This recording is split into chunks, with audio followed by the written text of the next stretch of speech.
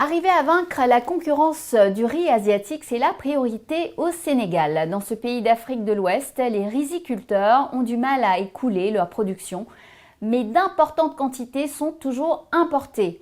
Le Sénégal est d'ailleurs le deuxième importateur de riz en Afrique après le Nigeria. Comment sortir de cet engrenage? Notre journaliste Éric Mounier a posé la question aux agriculteurs sénégalais. Regardez. L'Afrique de l'Ouest importe pour plus de 1,5 milliard d'euros de riz chaque année. Ici, sur le port de Dakar, 80% de la consommation des Sénégalais arrive d'Asie et d'Amérique du Sud. Pourtant, même s'il est généralement de moins bonne qualité, le riz local est beaucoup moins cher. Mais les riziculteurs locaux n'arrivent pas à fournir les quantités suffisantes. Pourtant, le pays dispose d'un territoire exceptionnel.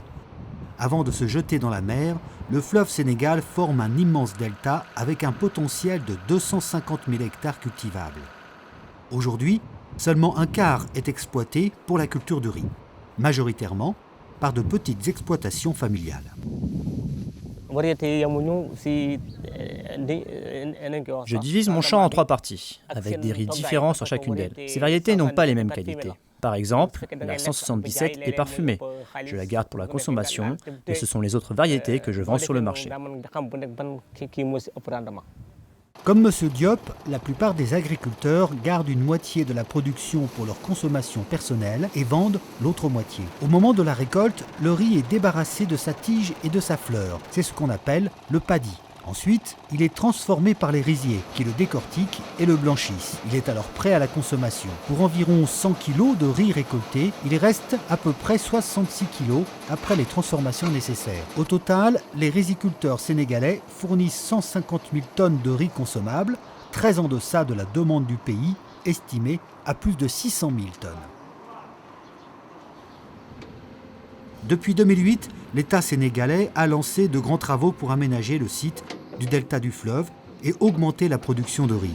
Il est prévu qu'on ait au moins 100 000, 1 million de tonnes donc de riz blanc, ce qui correspondrait à 1 500 000 tonnes de riz paddy.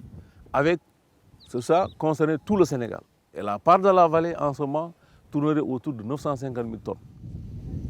Le riz est gourmand en eau et pour augmenter les surfaces de production, de très nombreux travaux d'irrigation sont nécessaires. Le coût d'aménagement oscille entre 4 et 5 millions de francs CFA à l'hectare, soit entre 7 et 8 000 euros pris en charge par l'État sénégalais. Ce dernier bénéficie également du soutien financier de bailleurs de fonds comme l'Agence française de développement. C'est le cas pour cette parcelle de 2500 hectares en cours d'aménagement, dont les terres seront ensuite réparties à des agriculteurs privés. On a fait des lots de 5, 10, 25, 50 hectares qui vont être attribués après une procédure compétitive à des demandeurs de parcelles, donc qui vont être jugés en fonction de leur capacité à devenir ces agriculteurs privés et qui développent leur activité et dans des conditions économiques très rentables. Le passage d'une agriculture familiale et artisanale à une agriculture orientée vers la rentabilité impose de nouveaux circuits de commercialisation. Faute d'un accord avant la récolte, les producteurs dépendent totalement de l'offre et de la demande et n'ont aucun moyen de se prémunir contre une baisse brutale des cours, due par exemple à un surplus de production. Un manque de coordination qui pénalise aussi la commercialisation du riz. À 400 km de là, à Dakar, la société Sencom est un des 5 plus importants importateurs de riz. Il y a quelques années, sa directrice décide de tenter l'expérience de commercialiser du riz local. Une tentative qui s'est soldée par un échec, faute d'approvisionnement. On s'était inscrit dans la qualité.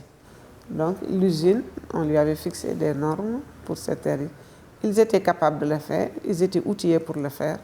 Mais le problème, c'était le problème d'approvisionnement en riz paddy. Donc sur une année, on n'a même pas pu faire 1000 tonnes, sur toute une année.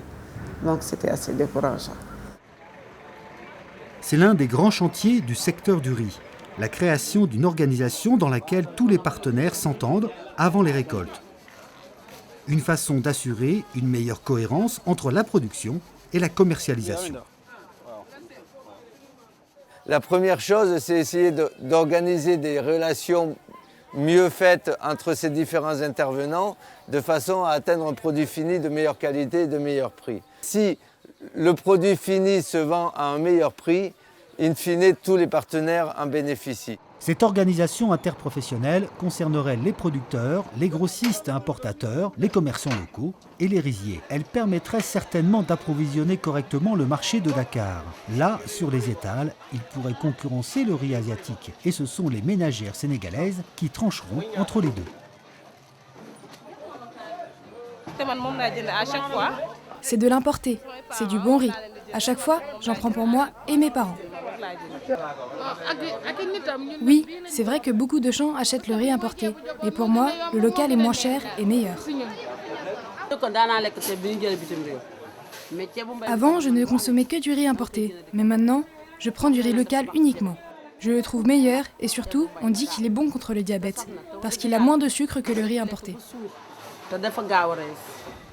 La filière sénégalaise du riz est à l'aube d'une nouvelle ère avec de nouveaux aménagements, des variétés de meilleure qualité et une interprofession organisée.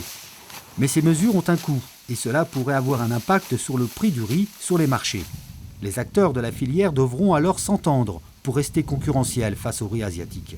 À défaut, c'est l'ensemble du secteur qui pourrait être menacé.